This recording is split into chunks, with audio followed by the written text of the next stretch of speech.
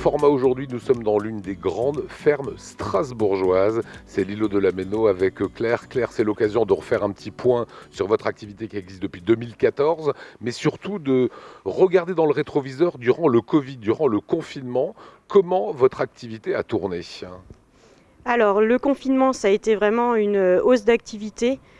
On a eu entre 300 et 400 clients par jour, avec des files d'attente de près de 3/4 d'heure du matin 9h au soir 19h. C'est-à-dire, on vous appelait, on disait voilà, je veux commander un panier, parce qu'on ne peut pas sortir finalement. D'abord, on a eu une surcharge sur notre site internet.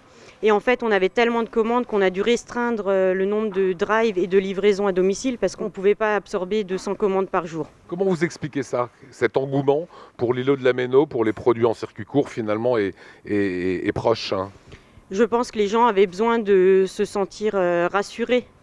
En venant chez nous, ils avaient un lien direct avec le producteur et du coup, je pense qu'ils étaient plus rassurés d'être chez nous qu'ailleurs. On a entendu beaucoup de gens dire, une fois le confinement fini, je vais continuer ces bonnes pratiques, ces habitudes. Et il paraît que bon nombre retournent dans les supermarchés et pas forcément chez le producteur. Est-ce que c'est vrai? Est-ce que vous le confirmez? Alors on a effectivement une baisse d'activité depuis le 11 mai, mais malgré tout, il reste quand même plein de gens, des nouveaux clients qui viennent chez nous maintenant, qui continuent à faire leurs courses. Qu'est-ce qu'on produit ici, à l'îlot de la Méno? Alors ici, on produit 50 variétés de légumes du 1er janvier au 31 décembre. Donc ça passe des choux en hiver à 5-6 variétés de pommes de terre, toute une gamme de tomates, de concombres, de poivrons, de patates douces, oignons, ail, céleri, courgettes. Presque tout ce qui pousse en Alsace, on le fait. Est-ce qu'on est dans le bio ici ou dans l'agriculture raisonnée? On est dans une agriculture raisonnée. On essaye vraiment de respecter ça. Et sans avoir recours à des traitements du matin au soir. Le but, c'est vraiment d'avoir une agriculture propre. C'est quoi qui fait le succès de l'îlot de la Méno? Comment vous l'expliquez? Je pense que c'est surtout un rapport avec les gens. En fait, c'est pas juste des clients. On connaît leurs prénoms, on sait ce qu'ils font, on connaît les enfants, les frères, les sœurs.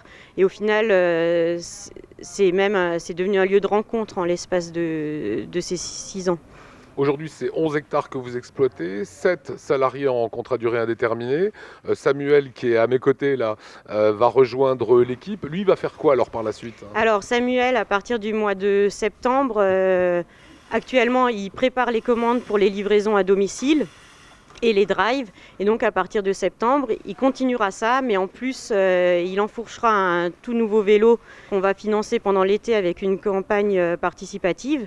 Et donc, il partira avec son vélo livré à domicile Strasbourg dans un premier temps.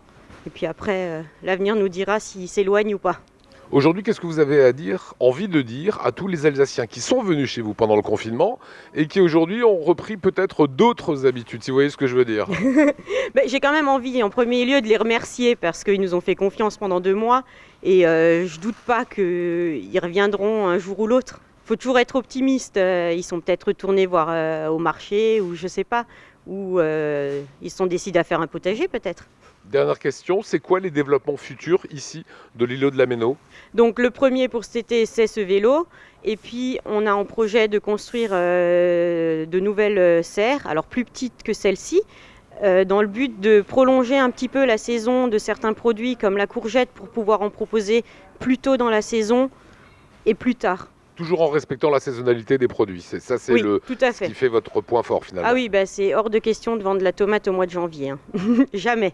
Jamais. Jamais. On ne doit jamais dire jamais, mais je ne vendrai pas de tomate qui ne vient pas de chez moi.